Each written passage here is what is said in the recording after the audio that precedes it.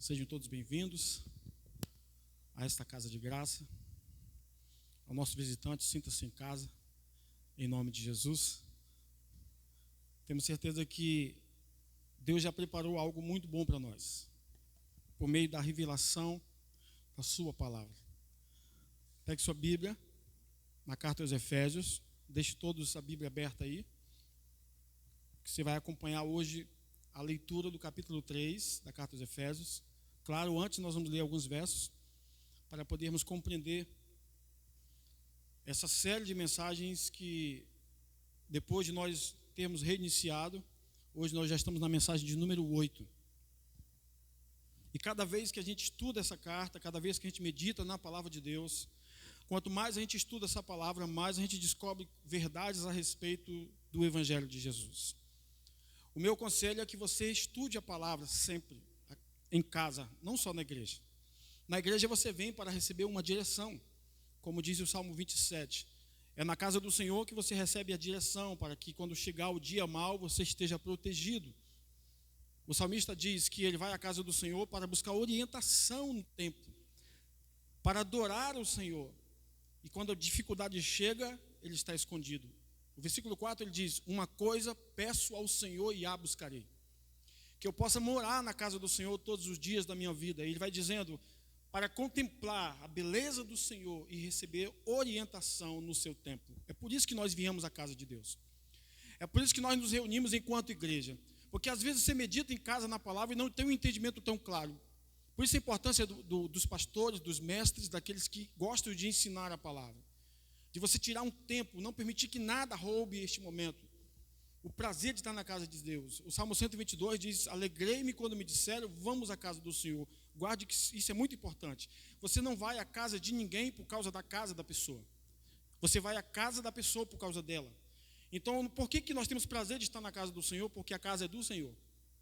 Porque Ele é o dono da casa. Então, nós estamos aqui por causa da presença do nosso Senhor Jesus Cristo. Amém? É isso que nos alegra. Podemos nos reunir enquanto igreja. E durante essa semana, dentre muitas coisas que eu tenho meditado, conversado, refletido, falei com o pastor sobre a minha preocupação no sentido da igreja de Cristo, não de uma placa em si, da igreja do Senhor, do corpo de Cristo. Porque nós estamos vivendo num mundo onde tudo é muito rápido, tudo é muito corrido, as pessoas estão muito ocupadas. E estar muito ocupado não significa necessariamente estar sendo alimentado. Vou falar de novo. Estar muito ocupado não significa necessariamente estar bem alimentado. Você pode estar se alimentando de coisas que minam a sua fé, que matam a sua fé, que desmotivam a sua fé, que fazem você ficar fora do propósito, fazem você ficar fora daquilo que você é em Cristo. Então, gaste tempo com a palavra de Deus. Gaste tempo estudando a palavra de Deus, meditando na palavra de Deus, porque quando chegar qualquer circunstância adversa, você já está seguro na palavra de Deus. Não confie em você mesmo, confie na palavra de Deus. A palavra de Deus é que nos guarda, que nos protege. Sempre que o inimigo chega com uma cilada, com alguma artimanha contra as nossas vidas, o nosso coração já está cheio da palavra. Foi assim que Jesus venceu o diabo em Mateus 4 e Lucas 4, na tentação do deserto. Recebeu a revelação do amor de Deus, isso é muito importante, mas também o venceu com a palavra, sempre dizendo: está escrito. Ora, só pode dizer está escrito quem sabe que está escrito. Então, se ele sabia que estava escrito, é porque ele tinha lido. E se ele tinha lido, é porque ele tinha estudado, ele tinha aprendido. Apesar de Jesus ser o Filho de Deus, ele tinha tempo para gastar com a palavra de Deus. Nada é mais precioso do que a palavra de Deus. O profeta disse que nos últimos dias vai haver uma grande fome, mas não fome de coisas ou de recursos. As pessoas vão ter tanta fome da palavra de Deus, mas tanta fome, e a palavra de Deus que diz que o próprio Senhor as ensinará. Talvez através do nosso testemunho, talvez através das nossas vidas, basta as pessoas olharem para nós, elas verão a glória de Deus em nós, verão a presença de Deus em nós, a graça de Deus fluindo em nós, e isso irá ensiná-las a dizer assim: eu quero esse Jesus, porque esse Jesus muda, esse Jesus transforma. Os irmãos estão preparados para a palavra nessa noite, amém? Então coloque a mão ao altura do seu coração. Eu quero fazer uma oração que alguns dias a gente não faz, alguns domingos. Diga assim comigo: Senhor Jesus, diga mais alto: Senhor Jesus, O meu coração está aberto para receber a tua palavra. Coloque a mão sobre a sua cabeça e diga: Senhor Jesus, a minha mente está aberta para receber a tua palavra. Amém? Estão todos preparados? Vamos viajar na palavra de Deus. Vamos receber daquilo que Jesus tem para nós. Então, como eu falava, essa tem sido uma das minhas preocupações com relação à igreja de Cristo. Porque esse é o tempo onde as pessoas estão muito ocupadas e isso inclui a igreja. E não necessariamente a igreja está profunda nas coisas de Deus. Estar muito ocupado com muitas coisas não significa ser profundo. Pelo contrário, isso pode ser, as pessoas podem estar caminhando uma vida muito rasa. Quando você começa a perceber que as coisas estão tirando a prioridade de Deus em sua vida, é o Espírito Santo sendo um sinal no seu coração, dizendo: olha, cuidado, porque tem coisas que não estão sendo mais prioridades na sua vida do que a vontade de Deus, do que o reino de Deus, do que a palavra de Deus. Jesus encerra o capítulo 6, que começa no capítulo 5, o Sermão do Monte, que termina no capítulo 7, diz: buscai, pois, em primeiro lugar o reino de Deus e a sua justiça, e as demais coisas vos serão acrescentadas. Não é para buscar a nossa justiça, não é para buscar a nossa performance. Você pode buscar as coisas, você pode sonhar com coisas, você pode planejar coisas, mas Deus precisa estar inserido em tudo aquilo que você faz. Deus precisa ser o primeiro de sua vida. Amém, irmãos? A nossa mente precisa estar consciente disso, todos os dias, para não sermos enganados, para não sermos seduzidos por aquilo que o inferno tem implantado nesses últimos dias. Uma das armas do inimigo nesses últimos dias é colocar medo sobre as pessoas. Se você confia na palavra de Deus, o sangue de Jesus está sobre você, você está guardado debaixo dos esconderijos do Altíssimo, você está protegido pela bondade e pela misericórdia de Deus. Então não ouça tudo o que está sendo dito aí fora. Quando eu digo ouvir, é não permitir que isso entre no seu coração. Isso não te impede de ver notícias. O único conselho que eu dou é: não se alimente das notícias, se alimente da palavra. E eu quero começar hoje com uma frase para a gente compreender um pouco mais. Mas antes nós lembramos que a carta aos Efésios, nos seus capítulos, ela gira em torno dessas duas palavras aqui: graça e obras. E hoje nós vamos encerrar o terceiro ciclo de tudo aquilo que Deus fez por nós, que é a nossa posição em Cristo, nossa posição em Deus por meio de Cristo. Já entendemos no capítulo 1 que somos abençoados, que estamos assentados, e a partir de hoje vamos estudar o capítulo 3, que fala que nós somos amados por Deus, de maneira alta, de maneira profunda, de maneira larga e de maneira comprida. É isso que está lá, falando do amor de Deus, as medidas do amor de Deus. Tudo que eu for falar, do capítulo 3 para frente, gira em torno do amor de Deus por nós, daquele favor que Deus libera todos os dias para as nossas vidas. Então, a frase que eu tenho para compartilhar com os irmãos é essa daqui, para a nossa reflexão: a igreja só será plenamente livre quando for totalmente escrava do amor de Cristo. Antes de nós entrarmos propriamente na carta aos Efésios, pense um pouco sobre essa reflexão. A igreja do Senhor, a igreja de Cristo, constituída por pessoas em todos os lugares da terra, só será totalmente livre, só será plenamente livre quando for totalmente escrava do amor de Cristo. Parece uma contradição. Parece que há um paradoxo aqui, e a gente precisa compreender que escravo do amor de Cristo, alguém que é escravo do amor de Cristo, essa pessoa é mais livre de qualquer outra pessoa que você possa imaginar. Comece a pensar do que significa ser escravo do amor de Cristo. Pense na história da humanidade. O Brasil foi o último país a abolir a escravidão, 1888. Então pense um pouquinho sobre isso. O que significa ser escravo? Exatamente alguém que é dominado, alguém que está submisso, alguém que está rendido a uma vontade superior. Você é escravo do amor de Cristo. Cristo conduz a sua vida. Você precisa compreender isso na mente e no coração. Baseado nessa frase, o apóstolo Paulo diz, e tem sido a minha meditação semanal, 2 Coríntios capítulo 3, versículo 11, Na verdade, Colossenses 3:11, o apóstolo Paulo diz assim: nesta nova ordem de vida, ou seja, para quem nasceu de novo, Paulo disse assim: Cristo é tudo. Irmãos, quando eu li esse verso, essa semana, eu comecei a enxergar aquilo que já estava muito claro ali, que eu não tinha entendido ainda. Paulo diz: para quem nasceu de novo, Cristo é tudo. Vou falar de novo para você compreender.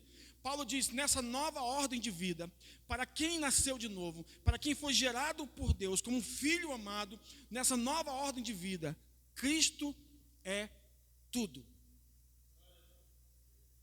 Pastor, o que é tudo? É porque não sobra mais espaço para nada. E o verso diz assim: Cristo é tudo e habita em todos vós. Paulo está falando dos gregos e dos gentios. Ele diz: nessa nova ordem de vida não há mais grego, não há mais judeus. Aí ele diz: porque Cristo é tudo. Se você entender isso, você será escravo do amor de Cristo. Não será escravo do que o sistema do mundo prega. Não será escravo do que a religião diz. Essa tem sido também uma preocupação minha. Quando eu falo preocupação, não é que eu estou deprimido, que eu estou sofrendo. Não, eu fico pensando, refletindo sobre isso. A igreja do Senhor tem caminhado por ondas. E sabe, irmãos, nós precisamos ser dirigidos pelo Espírito Santo e não pela onda do momento. Sabe, nessa noite, se nós quisermos cantar aqui, eu navegarei, nós vamos cantar se o Espírito Santo quiser. Porque nós não somos conduzidos pelo modismo do momento. Nós somos conduzidos pelo Espírito Santo de Deus. Nós somos dirigidos pelo Senhor Jesus. Porque Cristo é tudo em nós. Cristo é tudo em vós. Cristo habita em vós a esperança da glória. Amém, irmãos? Então, muito cuidado para você não ser conduzido pela onda do momento. Não é porque está todo mundo falando de fogo que eu vou seguir o fogo. Não é porque está todo mundo cantando sobre chuva que eu vou cantar sobre chuva. Cristo é tudo, eu sou dirigido pelo Espírito. Nós precisamos compreender isso. Se a gente compreender isso, nós vamos caminhar em vitória em Cristo Jesus. Pastor, está todo mundo investindo nessa área, mas você não é todo mundo. Cristo é tudo em você. Pastor, está todo mundo vestindo camisa verde, mas você não é todo mundo. Cristo é tudo em você. Mas está todo mundo pensando assim, você não é todo mundo. Cristo é tudo em você. Mas está todo mundo dizendo que vai ser assim daqui a 5 anos, mas você não é todo mundo. Cristo é tudo em você. Você caminha numa outra direção, porque o Espírito Santo conduz você. Amém, irmãos? Isso precisa estar queimando no nosso coração. Todos os dias. Não somos conduzidos por ondas, nem por ondas políticas, nem por ondas filosóficas, nem por ondas religiosas. Nós somos guiados pelo Espírito de Deus. Romanos 8:14. Todos aqueles que são nascidos de Deus são guiados pelo Espírito de Deus. Nós estamos vendo todo tipo de onda agora. Há alguns anos era fora Dilma, outros anos era fora Temer, agora era fora Lula, agora é fora Bolsonaro. Não importa se é Bolsonaro, se é Dilma, se é Temer, se teme ou não teme, o que importa é que Cristo é tudo em vós. Jesus é o governador de vocês, Jesus é quem conduz a vida de vocês. Nós não somos conduzidos por homens, nós somos conduzidos pelo Espírito Santo de Deus. Amém, igreja?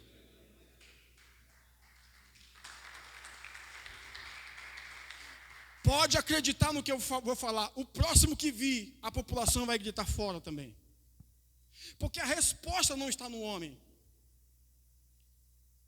Não defenda homens, defenda Cristo. Na verdade, defenda o Evangelho no sentido de eu vivo Jesus. Você acha que para nós, Igreja do Senhor, faz alguma diferença quem está ou quem não está no poder? Nós devemos orar para que dê certo. Nós devemos abençoar todas as autoridades, desde a esfera federal até a esfera municipal. Nós devemos abençoá-los. Mas para mim não faz nenhuma diferença, porque eu e você não somos desse sistema. Paulo disse, segundo Colossenses capítulo 3, se vocês ressuscitaram com Cristo, busquem as coisas que são de cima, pensem nas coisas que são de cima, porque vocês morreram e a vida de vocês está escondida em Deus por Cristo Jesus. Olha como isso é forte. A vida de vocês está escondida em Deus, em Cristo Jesus. Nós somos invisíveis a tudo aquilo que tenta nos atingir, porque nós estamos escondidos em Deus. Isso é ser escravo do amor de Cristo. Nós nunca seremos totalmente livres se não entendermos que somos escravos do amor de Cristo. Permita que Jesus conduza seus passos. Permita que Jesus conduza seus pensamentos. Qualquer pensamento maligno, qualquer pensamento diabólico, lembre-se que você tem a mente de Cristo. Qualquer coisa que quer roubar seu coração, lembre-se que o seu coração está cheio da fé como justiça. Qualquer coisa que quer atingir a sua família, lembre-se que a sua família faz parte do projeto maior de Deus. Deus tem planos para todas as famílias. Deus falou para Abraão: por tua causa, Abraão, todas as famílias da terra serão abençoadas. E o apóstolo Paulo pegou esse princípio e disse: por meio da bênção que estava sobre Abraão, Cristo nos livrou da maldição da lei, e agora nós somos merecedores, nós recebemos por fé todas as bênçãos que estavam sobre Abraão. Hoje ela está sobre a minha vida e sobre a sua vida. Então repita essa frase comigo que está aqui. Diga assim comigo: a igreja só será plenamente livre quando for totalmente escrava do amor de Cristo. Você pode fazer essa oração comigo? Diga: eu sou um escravo do amor de Cristo. Pastor, escravo? Ok, vamos para a Bíblia. Para não ficar só nas minhas palavras, olha como é que Paulo começa Romanos. Eu, Paulo, capítulo 1, versículo 1. É a introdução. Nem sempre prestamos atenção. Eu, Paulo, escravo de Jesus Cristo, chamado para ser apóstolo, separado para o evangelho de Deus. Então vamos parafrasear. Eu, Ed Cleison, escravo de Jesus Cristo, chamado para ser apóstolo, para ser professor, para ser pastor, para ser filho de Deus, para pregar o evangelho. Coloque seu nome aqui agora. Diga assim: eu, seu nome. Vamos lá, eu, escravo, chamado para quê? Para levar o evangelho. Nós só seremos totalmente livres quando formos plenamente escravos do amor de Jesus. Eu estou tentando dizer para você que as coisas do mundo tentam nos prender. Tudo aquilo que nos escraviza nos domina. Nós só adoramos aquilo que nos controla. Todas as coisas que nos controlam, nós adoramos. Se você adora as coisas, os recursos, as coisas materiais, se essas coisas te controlam, você adora essas coisas. Então nós somos escravos de Cristo porque Ele controla. E na verdade, esse é o desejo de Deus, controlar a nossa vida. E olha o que o apóstolo Paulo ainda diz em Romanos 6,18. E libertados do pecado, fostes feitos escravos da justiça. Quando Jesus morreu por nós, e nós aceitamos o seu sacrifício, nós somos tornados livres do poder do pecado. O pecado não tem mais poder sobre as nossas vidas, porque agora nós somos escravos da justiça. Nós somos justiça de Deus em Cristo Jesus. Olha o que ele diz no versículo 22 de Romanos 6. Mas agora, libertados do pecado e feitos escravos de Deus, tendes o vosso fruto para a santificação e por fim a vida eterna. Paulo está dizendo: você é escravo de Cristo, você é escravo da justiça, você é escravo de Deus, consequentemente você é salvo. E por fim a vida eterna. Ele está dizendo: consequentemente você é salvo.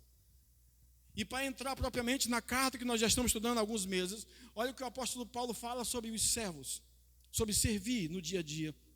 Não servindo à vista, não servir só quando alguém estiver vendo, só quando alguém estiver olhando. Olha, o patrão está vendo, olha, o papai está vendo, o fulano lá está vendo. Não servir só à vista. Olha o que ele diz: como para agradar aos homens, mas como escravos de Cristo, fazendo de coração a vontade de Deus. Eu vou traduzir o que eu falei até agora. O que é ser escravo do amor de Cristo? Fazer de coração a vontade de Deus. Ser escravo do amor de Cristo é fazer de coração a vontade de Deus. Porque nem tudo em nossas vidas, é uma das coisas que nós temos conversado muito, e a pastora, nem tudo em nossas vidas é fardo, irmãos. Tem coisas que só são preguiças mesmo. Nem tudo a gente tem que dizer que é religião, que é fardo, que é jugo. Às vezes é só preguiça de orar. Às vezes é só preguiça de meditar na palavra. Às vezes é só preguiça de escolher um conteúdo que edifique. Por isso que eu disse, muita informação nesse tempo, mas as pessoas são cada dia mais rasas. Porque a informação vem muito rápido, toda hora você está sendo informado de alguma coisa, mas não necessariamente você está bem informado. Por isso que nós precisamos recorrer ao livro da vida. Essa é a primeira e a última palavra que nós precisamos ouvir todos os dias. Você precisa acordar com essa palavra, você precisa dormir com essa palavra. Agora há pouco eu conversava com o Léo e com a Laura, eu estava falando para eles que quase nesses meus 30 anos de crente, eu não consigo acordar sem antes meditar na palavra, eu não consigo dormir sem antes meditar na palavra. É como se dentro de mim algo me dissesse que eu precisasse meditar na palavra. Assim como eu tenho sede, meu organismo acusa. Quando eu tenho fome, meu organismo diz que eu tenho fome. Então eu tenho fome de meditar na palavra. Por quê? Por quê, pastor? Só porque eu preciso? Não, porque traz vida. Você não só come porque precisa, você come porque traz vida. Porque se você parar de comer, você vai morrer. Você não bebe água só porque precisa, você bebe porque traz vida. Porque se você parar de beber água, você vai morrer. Então por que eu medito na palavra? Porque eu aconselho você a meditar na palavra todos os dias, mais do que qualquer coisa que está ocupando a sua mente. Porque traz vida. Provérbios capítulo 4, Salomão diz que quem encontra a palavra, encontra vida e recebe saúde em todo o seu corpo. É por isso que quando você medita na palavra, você se sente mais vivo, você se sente mais saudável. Não estou falando de ausência de problemas. Enquanto nós vivermos aqui, irmãos, nós vamos viver com situações adversas. Tem dia que a gente vai estar triste, tem dia que a gente vai estar desanimado, tem dia que a gente vai estar feliz, tem dia que a gente vai estar soltando fogos, tem dia que a gente vai estar soltando os cachorros. Mas não tem problema, medite na palavra mesmo sem vontade, porque o Espírito Santo vai te alimentar. Pastor, hoje eu não tenho vontade. Medite sem vontade. Não tenho vontade de orar, fale para o seu corpo, dobre um joelho aqui que você vai falar com Deus agora. Porque quem manda é o Espírito que habita em você. Nessa nova ordem de vida, Cristo é tudo. Cristo tem que ser tudo na nossa vida. Isso não pode ser um fardo, isso tem que ser um privilégio, tem que ser um prazer. Então o apóstolo Paulo diz que nós somos escravos de Cristo, fazendo de coração a vontade de Deus. Então, o que nós estamos aprendendo na carta aos Efésios? Durante alguns domingos, eu apresentei para os irmãos que o Espírito Santo está na carta aos Efésios, do capítulo 1 ao 6. Domingo passado, eu apresentei para esta igreja que Jesus está na carta aos Efésios, do capítulo 1 ao 6. Hoje eu quero apresentar para vocês que o Pai, Deus Pai, também está na carta aos Efésios, do capítulo 1 ao 6. Então, a carta aos Efésios é uma carta que fala do Pai, do Filho e do Espírito Santo. Você está bem orientado, porque o Pai, o Filho e o Espírito Santo estão nessa carta. Por isso que Paulo encerra as suas cartas dizendo que a graça de Jesus Cristo, que o amor de Deus e a comunhão do Espírito Santo estejam convosco. Olha como isso é interessante. A graça e o amor já estão disponíveis, irmãos. Mas a comunhão precisa ser buscada. A comunhão com o Espírito Santo é uma busca diária. A graça está aí, todos os dias. Você acordou hoje, é de graça isso. É a graça de Deus fluindo. Você assentou-se à mesa, tomou café, almoçou, vai jantar daqui a pouco. É a graça de Deus operando. É o amor de Deus te guardando, te protegendo durante a semana. Mas a comunhão com o Espírito Santo é a nossa parte. Porque você não pode ter comunhão com alguém até que se aproxime deste alguém. É fato que o Espírito Santo já habita em nós. Mas todos os dias ele vem sobre nós com uma nova revelação. E isso precisa ser buscado. Buscado para quê, pastor? Para que nós cresçamos. O desejo de Deus é que a sua igreja cresça cada vez mais. O desejo de Deus é que os seus filhos caminhem no sobrenatural. A verdade é que na maioria das vezes nós caminhamos no natural. Vamos fazer tal coisa, dizemos, não posso fazer isso. Por que não posso? Porque não tenho dinheiro. Estamos sempre caminhando no natural. Esquecemos que Deus supre todas as coisas. Esquecemos que Deus opera todas as coisas. Que Deus abre todas as portas. O Senhor é o meu pastor, nada me faltará. Jesus disse para Pedro, vem Pedro, dá apenas o primeiro passo, Pedro. Quem vai transformar o mar em concreto sou eu, Pedro. Quem vai fazer esse mar aqui virar uma pista de asfalto sou eu, Pedro, mas apenas deu o primeiro passo. Quando nós damos o primeiro passo em direção à palavra de Jesus, o milagre acontece. Vou falar de novo. Quando você dá o primeiro passo em direção à palavra de Jesus estabelecida no seu coração, o milagre acontece. Pastor, mas os céus estão fechados, todas as notícias são contrárias. Dê o passo em direção à palavra que Jesus já falou no seu coração, que o milagre vai acontecer. Mas está tudo cooperando para não, pastor. Não, todas as coisas cooperam para o bem daqueles que amam a Deus. Esse é o desejo de Deus para nossas vidas. A carta aos Efésios é uma carta muito especial. Já aprendemos que na carta aos Efésios tem fé, esperança e amor. A fé é o nosso relacionamento com Deus, com Cristo. A esperança é olharmos para nós mesmos, acreditarmos que existe algo de bom em nós, que existe uma expectativa alegre dentro de nós. E o amor é o nosso relacionamento com o próximo. Mas essa carta também revela o Pai, o Filho e o Espírito Santo. Olha o que é interessante. Em Efésios capítulo 1, recebemos a graça e a paz de Deus, nosso Pai. Olha o que Paulo diz. 1:2. A vós, graça e paz da parte de Deus, nosso Pai, e da do Senhor Jesus Cristo. Paulo está falando que existe uma graça que flui de Deus, nosso Pai. Então Paulo está falando de uma linguagem de paternidade. Não é uma graça distante, não é uma graça apenas de Deus. Observe o detalhe aqui, ó. Olha o que Paulo diz. A vós, graça e paz da parte de Deus, nosso Pai. Então Paulo não está falando da graça apenas de Deus, soberano, todo-poderoso, assentado acima de tudo e de todos. Não, Paulo está falando da graça do Pai, de uma graça próxima, de um relacionamento entre pais e filhos. Paulo está falando que essa graça flui todos os dias sobre as nossas vidas. Por quê, pastor? Porque nós temos um Pai que cuida de nós. Jesus disse em Mateus capítulo 7, vocês pais que são maus, querem coisas boas para os vossos filhos, quanto mais o meu Pai que é bom, Ele também quer coisas boas para vocês. Você acredita que Deus quer coisas boas para você? Por quê, pastor? Porque Ele é Pai, irmão. Todo pai quer coisas boas para os seus filhos. Nenhum pai quer que o seu filho seja um fracasso. Nenhum pai quer que os seus filhos vivam derrotados. Nenhum pai quer que os seus filhos vivam doentes. O pai, na mais sã consciência, jamais vai querer o fracasso do seu filho. Todo pai quer o melhor para os seus filhos. Todo pai. Agora imagine Deus, que é bom. Então tem uma graça fluindo do Pai para as nossas vidas. Tem uma graça e uma paz fluindo do Pai para as nossas vidas. A graça é o favor, nos dirigindo todos os dias. A paz é para quê, pastor? Para proteger o nosso coração dos dias de angústia.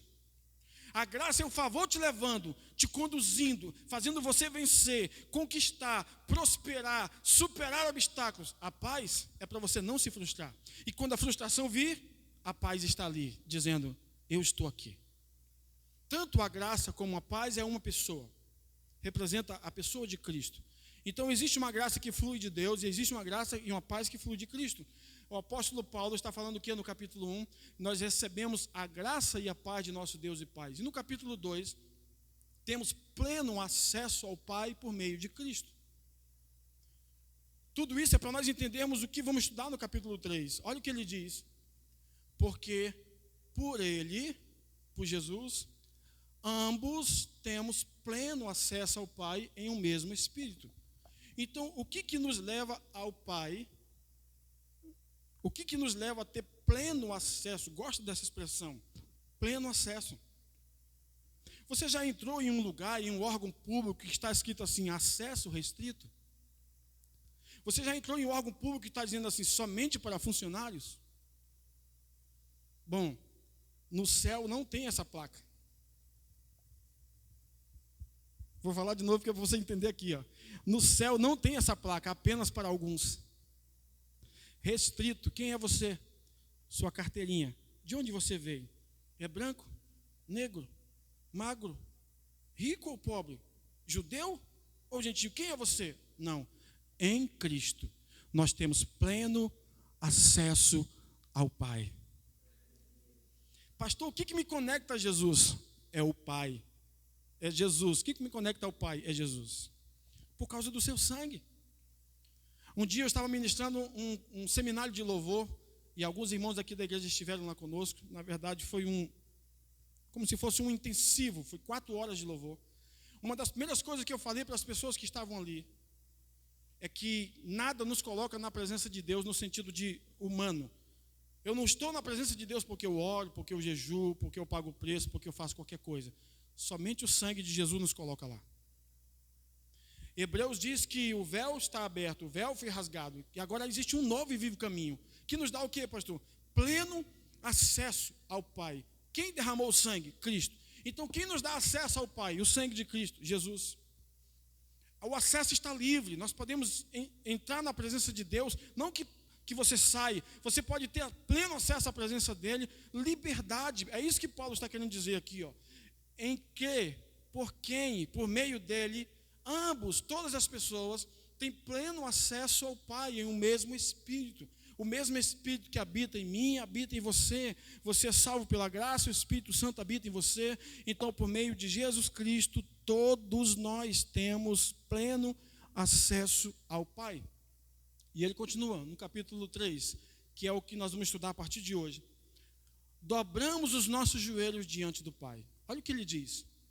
Por causa disso, depois que ele estava falando para os irmãos a consciência de que eles deveriam ter em Cristo, que eles eram justiça, que eles eram salvos, abençoados, ele diz no versículo 14 e 15, por causa disso, porque vocês estão crescendo no Evangelho, todos os dias me ponho de joelhos perante o Pai. Aí eu circulei aqui com esse parêntese, porque tem Bíblia que diz Pai de nosso Senhor Jesus Cristo, mas a maioria das Bíblias dizem o Pai. Todos os dias me coloco de joelho diante do Pai, do qual toda a família nos céus e na terra toma o seu nome. O que Paulo está me aconselhando? O que Paulo está nos aconselhando? Quando você tiver que dobrar os joelhos, dobre diante do Pai. Não dobre o joelho diante de circunstâncias. Não dobre o joelho diante da religião, diante de notícias ou qualquer coisa. Dobre o seu joelho diante do Pai. É de uma relação de proximidade. Chamando Ele de pai, de papai, de paizinho, de aba, como você quiser. Mas dobre os seus joelhos. O que é dobrar os joelhos, pastor? É apenas uma posição física? Não. É dizer para o Pai, Senhor, eu estou completamente rendido diante de Ti.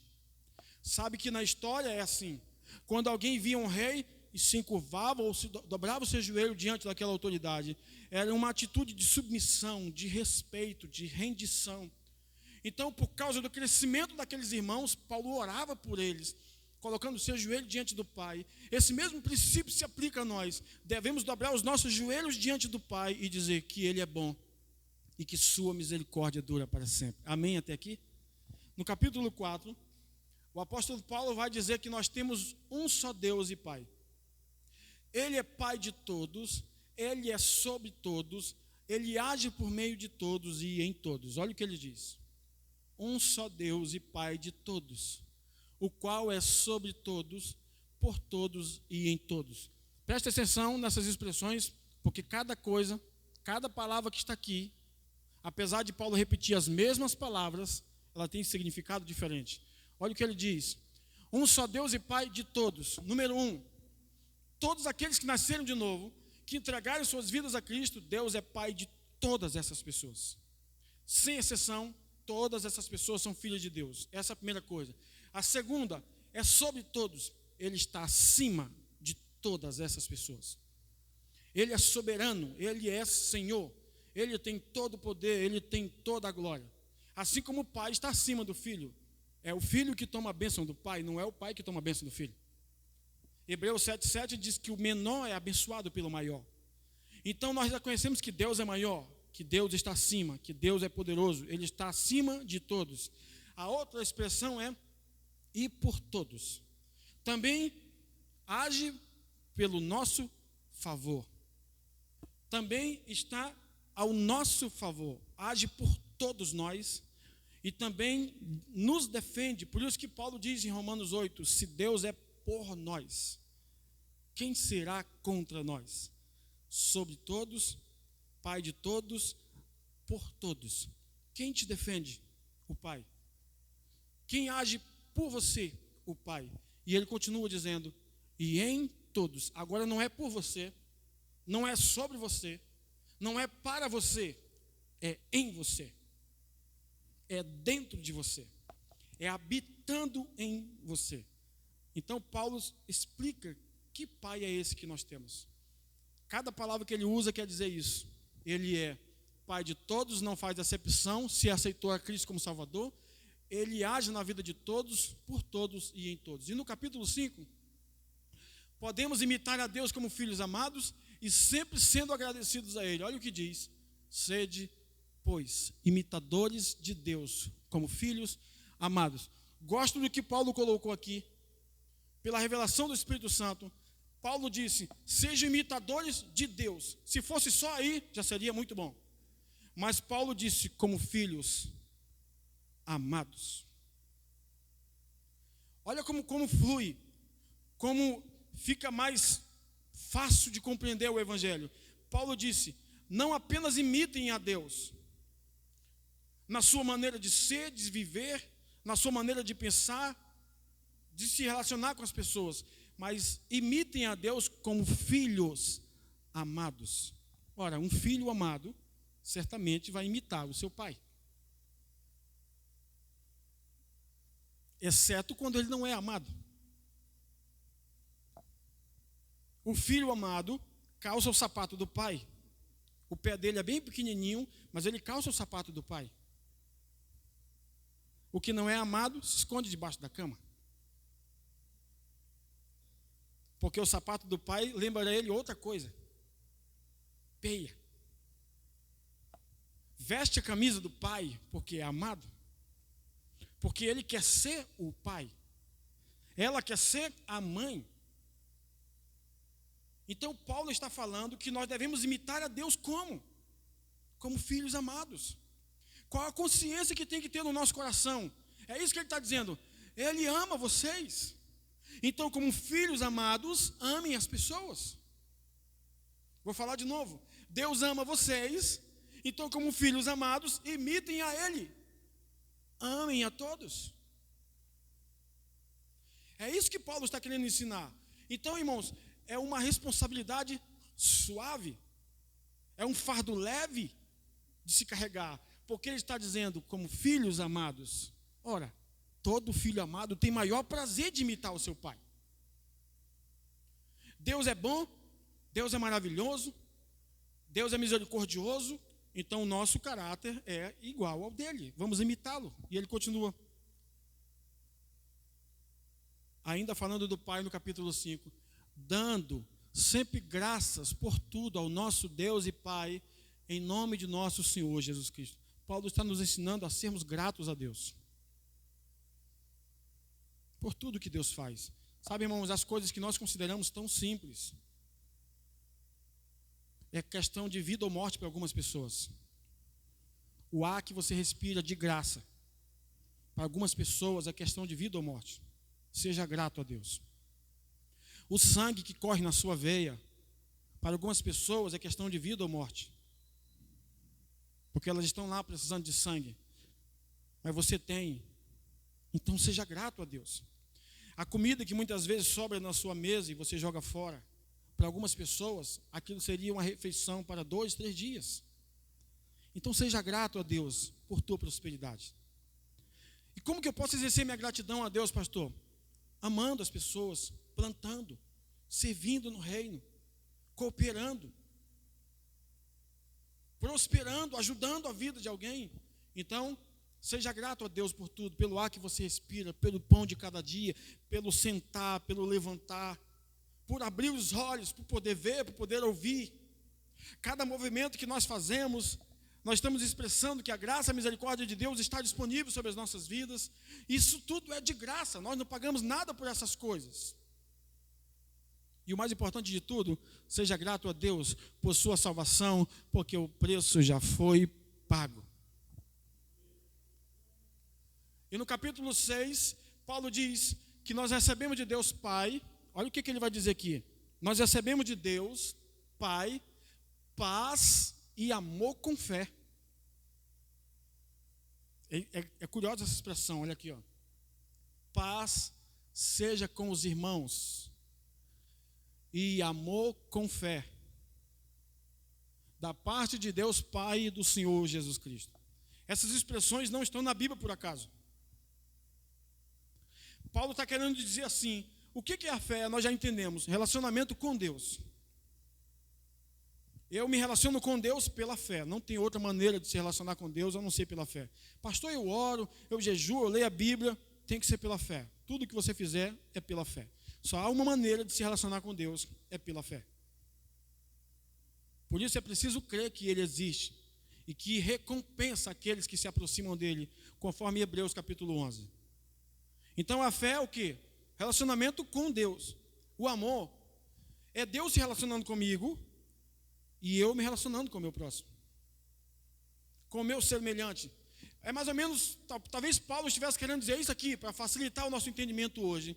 Olha, que vocês recebam a paz de Deus e recebam café com leite. Pastor, não entendi. Não dá para separar a fé do amor. Café com leite.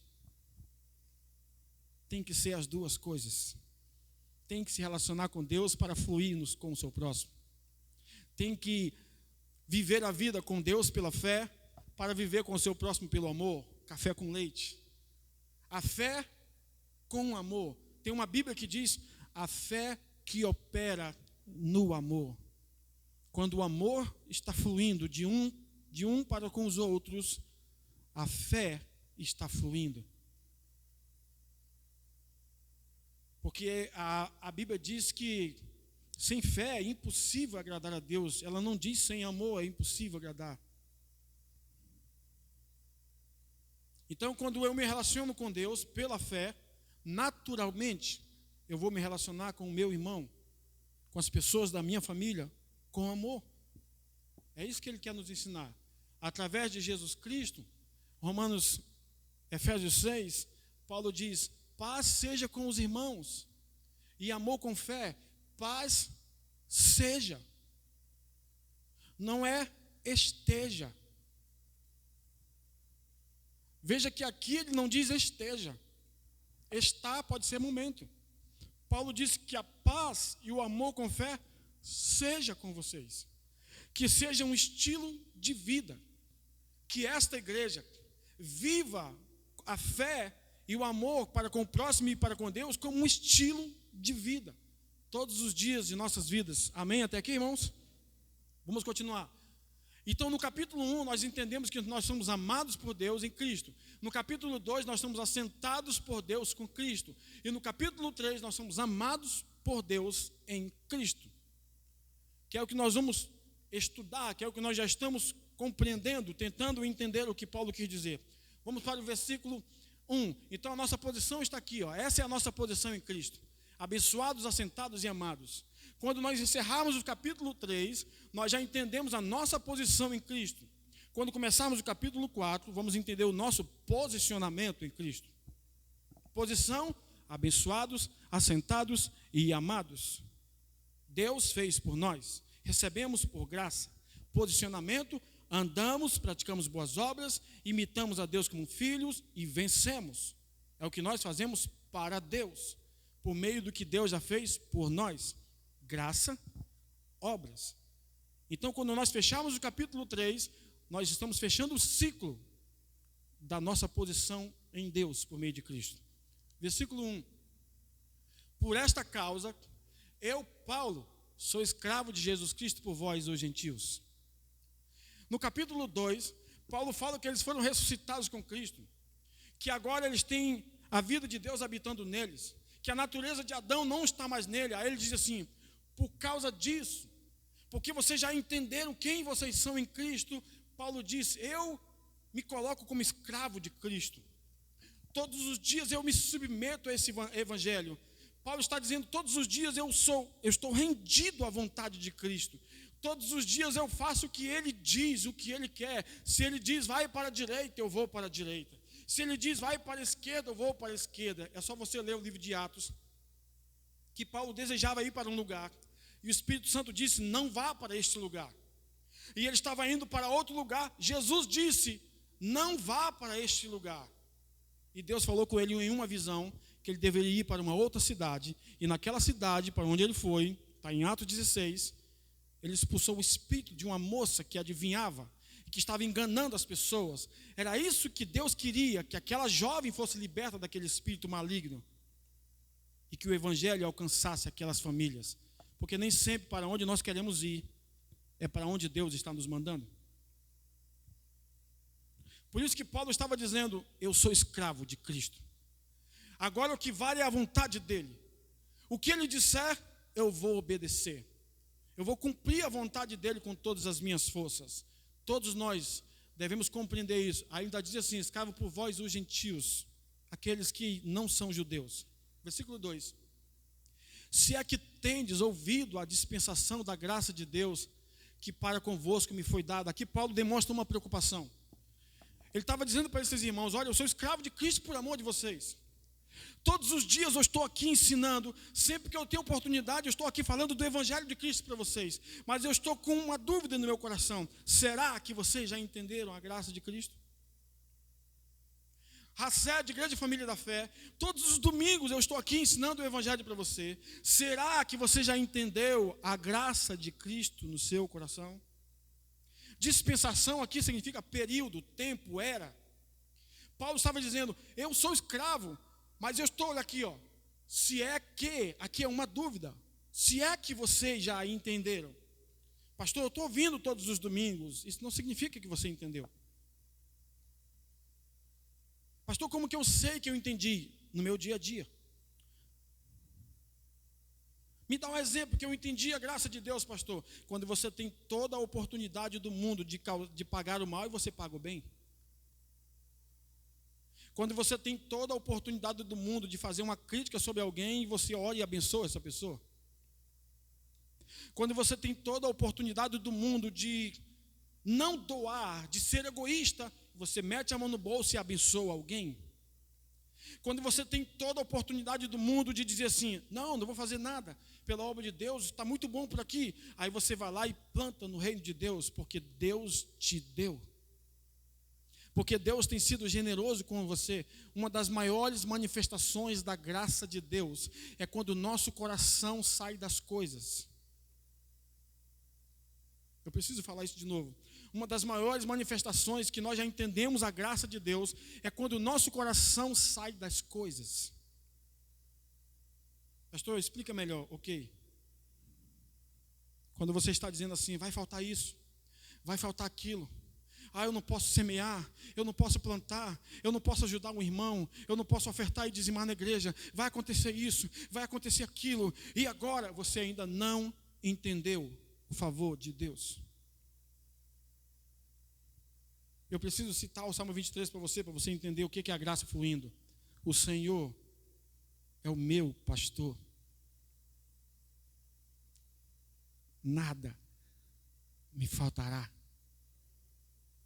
Ele me faz repousar em pastos verdejantes. Leva-me para junto das águas de descanso. Refrigera a minha alma está perturbada. Ele traz um refrigério para a minha alma. Ele me guia pelo caminho da justiça, nunca pelo da injustiça. Por amor do seu nome. Aí eu sou cabeçudo, quero tomar uma decisão errada, ainda que eu ande pelo vale da sombra da morte. Ele está ali dizendo, a minha vara e o meu cajado te consolam.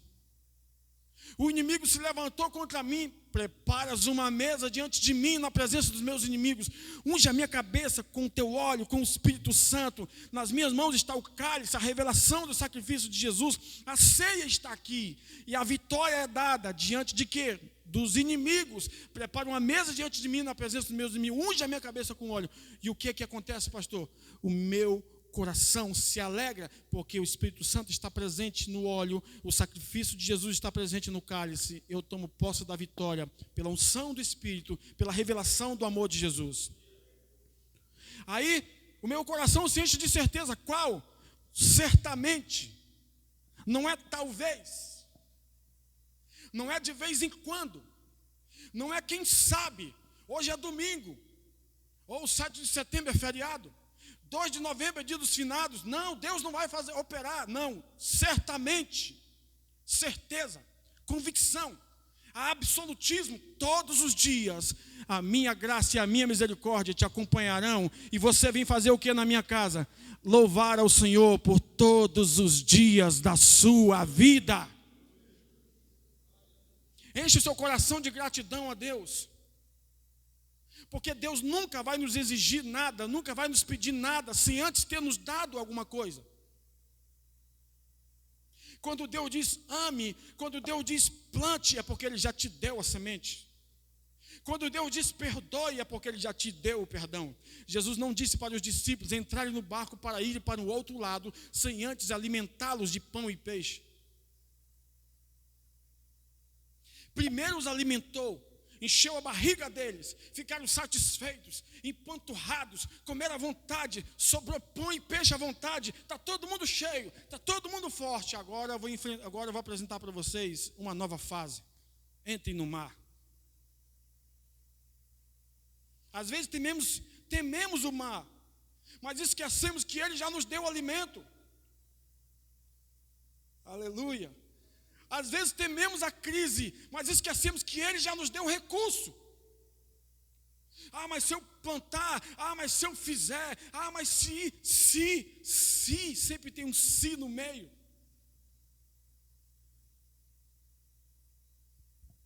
Deus te deu.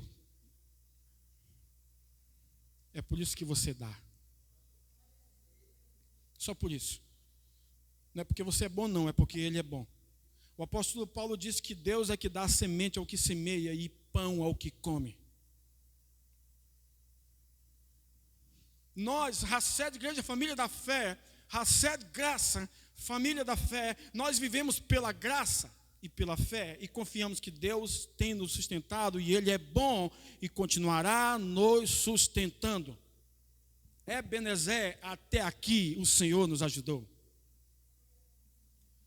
Paulo está querendo nos ensinar isso, que nós precisamos ter convicção daquilo que Deus tem para nós. O nosso coração não precisa estar duvidoso. Você já recebeu da graça? Então viva a graça. Você já recebeu do favor? Então viva o favor. Você já recebeu do amor? Então viva o amor. Aí você vai entender o que é graça. Irmãos, graça teórica se ensina em faculdade de teologia. Graça prática se aprende com Cristo no dia a dia, andando com Ele. Jesus disse em João 15, vocês precisam estar em mim, porque se vocês estiverem em mim, vocês darão muitos frutos. Muitos frutos. Pastor, eu gostaria de ser frutífero no reino de Deus, eu gostaria de ganhar vidas para Jesus, eu gostaria de ofertar mais, dizimar mais, eu gostaria de jejuar mais, orar mais, participar mais dos cultos. Esteja em Jesus, porque frutos são consequências. Porque sem mim,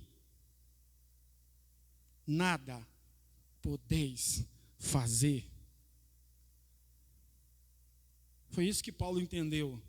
Olha, eu não posso fazer nada sem Ele, então Cristo é tudo. Cristo é tudo em vocês. Cada vez que eu estudo essa carta, cada vez que eu estudo as palavras de Paulo, eu procuro entender no Espírito. Não é decorar o versículo, recitar, porque isso é rezar, é repetir. Não.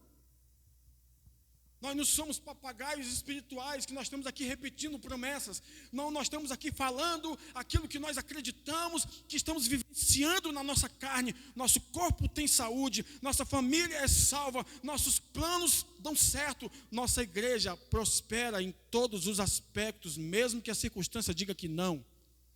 Ah, pastor, mas o vento é muito forte. Jesus já te alimentou, irmão. Continua navegando. Amém? Até aqui? Ele já nos alimentou. Continue navegando. Como meio como me foi este mistério manifestado pela revelação, como acima eu vos escrevi em pouco. Paulo estava dizendo, eu gostaria que vocês entendessem como eu entendi. Esse é o sonho de todo pastor, de todo professor, de todo mestre, de todo pregador, que a igreja entenda como o pastor entende. Que o povo receba a revelação que ele recebe. É o que tem o prazer de ensinar, fica a semana toda pensando, meu Deus, como que eu vou organizar os pensamentos na minha mente para passar para a igreja tudo aquilo que eu recebi a semana toda. E eu estou aqui falando de coisas que eu nem pensei. É porque Deus é quem opera em nós o querer e o efetuar. Mas o meu coração está cheio da verdade do Evangelho. Foi isso que João disse para Gaio, a tua alma é próspera, João. Por isso que eu quero que você seja saudável, porque você anda na verdade. Versículo 4. Pelo que quando ledes, olha aqui, quando ledes, Paulo está falando da importância de estudar, de se dedicar, de gastar tempo com a palavra. Quando ledes, podeis perceber a minha compreensão do mistério de Cristo. Paulo estava dizendo, irmãos, eu quero que quando vocês estudarem as minhas cartas, eu quero que quando vocês lerem os meus escritos, eu quero que quando vocês perceberem tudo que eu estou ensinando para vocês, vocês recebam no coração o mistério de Cristo. Por que Paulo fala que Cristo é o mistério? Porque no Velho Testamento, Cristo estava oculto. Aqueles homens queriam tanto ver Jesus. Aqueles homens do Velho Testamento sonharam, almejaram, desejaram, clamaram por ver Jesus, mas não viram. Porque Cristo era um mistério que estava oculto. Aí Paulo recebe a revelação, agora Jesus não é mais um mistério, e ele continua. O qual, continuando falando de Jesus, o qual, noutros séculos, não foi manifestado aos filhos dos homens, como agora tem sido revelado pelo Espírito aos seus santos apóstolos e profetas. Paulo estava dizendo para aquela igreja, aqueles irmãos do Velho Testamento, almejaram, desejaram ver Jesus, e eles não os foi revelado, porque ele era um mistério, ele estava oculto, mas vocês estão tendo a revelação de Cristo. E cada domingo, o que está acontecendo aqui? Cristo está sendo revelado para nós. Por quê, pastor? Porque no Velho Testamento, Cristo era futuro. Eles queriam ver Jesus. Nós, na Nova Aliança, Cristo é passado no sentido de história. Aconteceu há 2000 anos. Na nossa vida, ele está sempre presente. Para você entender o que Paulo quis dizer. No Velho Testamento, eles olhavam para frente. No Novo Testamento, eles olham para trás. Você olha para o que Jesus fez e sua vida começa a andar. E ele continua dizendo no versículo 6, a saber que os gentios são co-herdeiros. Sabe o que é co-herdeiros? Herdar juntamente com a pessoa. Co-herdeiros de um mesmo corpo, participantes da promessa em Cristo pelo Evangelho. Quantos aqui estão participando da promessa por meio de Cristo pelo Evangelho? Diga amém. Você sabe quantas promessas tem na Bíblia? Alguém diz que tem 8.000, outros dizem que tem 20. Para mim, não sei quantas tem, porque eu nunca contei. Mas se tiver uma por dia, para mim já está muito bom. Eu vou viver 120 anos, então eu vou viver aí mais ou menos umas dezenas de promessas, umas centenas de promessas, milhares de promessas.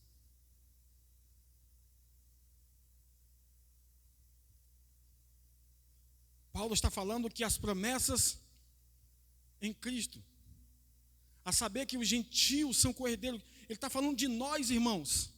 Paulo está falando de nós, que nós somos co-herdeiros, nós herdamos junto com os judeus, que a eles pertence a lei, os profetas, a eles pertencem os concertos, as alianças, todas as promessas que Deus tinha feito pertenciam a eles. Aí Paulo diz, por meio de Cristo, vocês passaram a ser co-herdeiros, vocês herdam com eles. Você já pensou como isso é poderoso? Você tem a mesma herança que Abraão tinha. Você tem a mesma herança que Isaac tinha, que Jacó tinha. Promessas em Cristo pelo Evangelho. Promessas em Cristo pelo Evangelho. Tem que ser pelo Evangelho. Versículo 7. Do qual fui feito ministro, pelo dom da graça de Deus que me foi dado segundo a operação do seu poder. Paulo estava falando que ele era ministro do Evangelho. O que é o Evangelho? Boa notícia. Tudo aquilo que revela Jesus é o Evangelho. O que não revela Jesus é o Evangelho. Não é Evangelho. É o Evangelho. Sou o que eu acho, é o que eu penso, é o que eu digo. É o que eu acho que é bom para a igreja, é o que eu acho que vai funcionar na igreja. Não, o Evangelho não é eu acho que vai funcionar. O Evangelho funciona, porque é Cristo no centro. E ele continua no versículo 8. A mim, o mínimo de todos os santos, me foi dada esta graça de anunciar entre os gentios, por meio do Evangelho, as riquezas incompreensíveis de Cristo. Paulo se considera o mínimo entre os santos. Essa é uma atitude de humildade. Quando ele se considerou o mínimo, Pedro o considerou o máximo. Pedro diz que Paulo escreveu coisas difíceis de entender. Paulo se sentiu humilde e Pedro exaltou Paulo. Porque se você quiser viver a humildade, não diga por aí que você é humilde. Deixa que os outros digam. Então Paulo está dizendo que por meio do Evangelho, ele foi chamado para anunciar o quê? As riquezas incompreensíveis de Cristo. Versículo 9. E demonstrar a todos qual seja a dispensação do mistério, que desde os séculos esteve oculto em Deus, que tudo criou. Ele continua falando de Cristo, que havia um tempo, uma era, uma dispensação, um momento, que esse mistério seria revelado e que todos começassem a compreender. E nós estamos vivendo esse tempo, onde o mundo está clamando pela graça de Deus. O mundo está clamando pela uma revolução da graça, pela revolução do Evangelho de Jesus. 10. Para que agora, pela igreja, olha aqui, pela igreja, para que agora, pela igreja, Paulo diz, a multiforme sabedoria de Deus seja conhecida dos principados e potestades nos céus. Paulo, no capítulo 1, ele fala que as bênçãos estão nas regiões celestiais. No capítulo 2, ele diz que a sabedoria vai ser conhecida pelas potestades que estão nas regiões celestiais. E no capítulo 6, ele fala de uma batalha nas regiões celestiais. O que Paulo está querendo dizer? Tanto os anjos, arcanjos, querubins, serafins, todo o poder do inferno, tudo que não vem de Deus, vai saber que a igreja está revelando a sabedoria de Deus. Deus está manifestando a sua sabedoria por meio da igreja. Ele diz aqui, para que agora, pela igreja, a multiforme sabedoria, Paulo está falando de uma múltipla sabedoria. Então Deus está se manifestando de muitas maneiras. Tem igrejas ganhando pessoas, fazendo campanhas, deixa Jesus ser pregado lá. Tem igrejas ganhando pessoas, fazendo célula, deixa Jesus ser pregado lá. Tem igreja ganhando pessoas fazendo encontro, deixa Jesus ser pregado lá. Tem igreja ganhando pessoas fazendo culto só dia de sábado, deixa Jesus ser pregado lá. Paulo está querendo dizer que a graça é multiforme, a sabedoria é multiforme. Deus se manifesta de cada maneira diferente, em cada lugar, em cada igreja. Jesus disse, quem comigo não ajunta, espalha. Quem não é por mim, é contra mim. Quiseram repreender um homem que estava pregando em nome de Cristo. Jesus disse, deixa ele pregar, porque se ele não é por mim, ele é contra mim. Sabe o que importa, irmãos?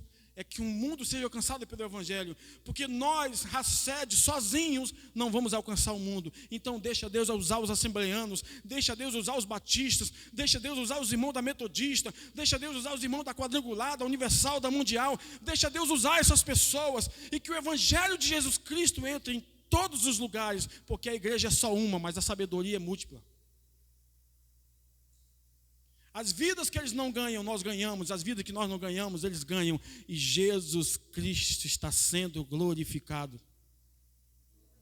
Nós não temos que estar preocupados com o que está acontecendo na igreja dos outros. Pastor, lá estão fazendo campanha, lá estão orando, lá estão indo para o monte, lá estão indo para o vale, lá estão fazendo campanha do sal, lá estão fazendo a campanha disso. Deixa eles lá, que Deus os use lá, que Deus os abençoe lá. Aqui nós estamos falando somente de Jesus para vocês, porque Jesus é suficiente.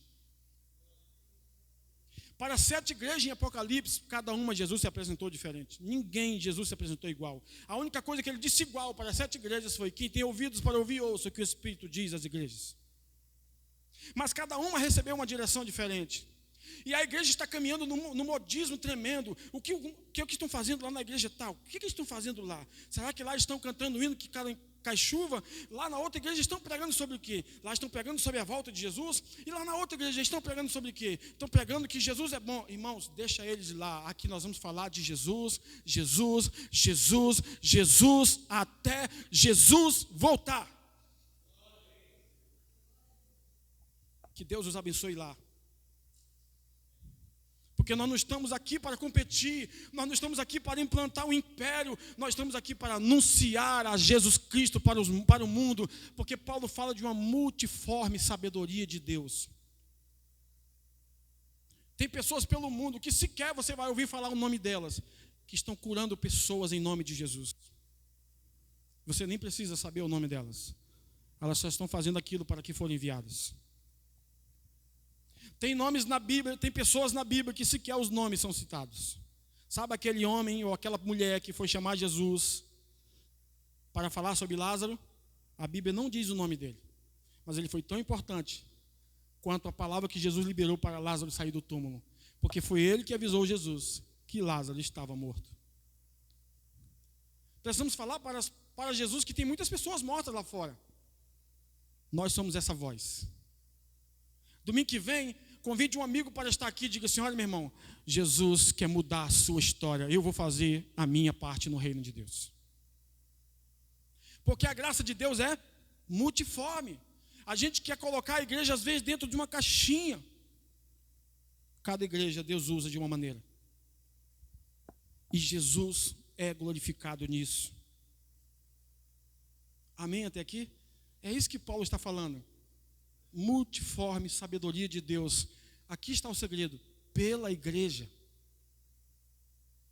Vocês acham que nós aqui, Igreja Racede, Porto Velho, Rondônia, nós sozinhos vamos alcançar o mundo? Claro que não. É por isso que Deus precisa usar outros irmãos com sabedorias diferentes. E quem ganha com isso? O reino. Mas nós não vamos aqui seguir modismo nenhum. Nós vamos seguir a onda do Espírito. Para onde o Espírito nos levar, nós vamos. Amém, irmãos? Porque essa igreja é uma igreja conduzida pelo Espírito. E o versículo 11 diz: segundo o eterno propósito que fez em Cristo Jesus nosso Senhor. Aí ele vai dizer: no qual temos ousadia e acesso com confiança pela nossa fé nele. E termina dizendo: portanto vos peço que não desfaleçais nas minhas tribulações por vós, que são a vossa alegria. Olha como é que Paulo conclui esse raciocínio, para a gente continuar domingo que vem. Irmãos, não fiquem tristes com as minhas tribulações, porque a minha tribulação, a minha guerra, a minha batalha, as minhas lutas são a alegria de vocês. Eu estou sofrendo por amor de vocês. Aí você vai ver Paulo dizer em outros lugares: eu sofro por vocês como dores de partos, até que Cristo seja gerado em vocês. Paulo fala de umas maiores dores que existem, dor de parto. Ele diz: Cristo está sendo gerado em vocês, eu sinto dores de parto, porque Cristo está sendo gerado em vocês. Eu quero concluir essa mensagem de hoje fazendo a citação que eu comecei, de Colossenses 3:11. Cristo é tudo e habita em vós.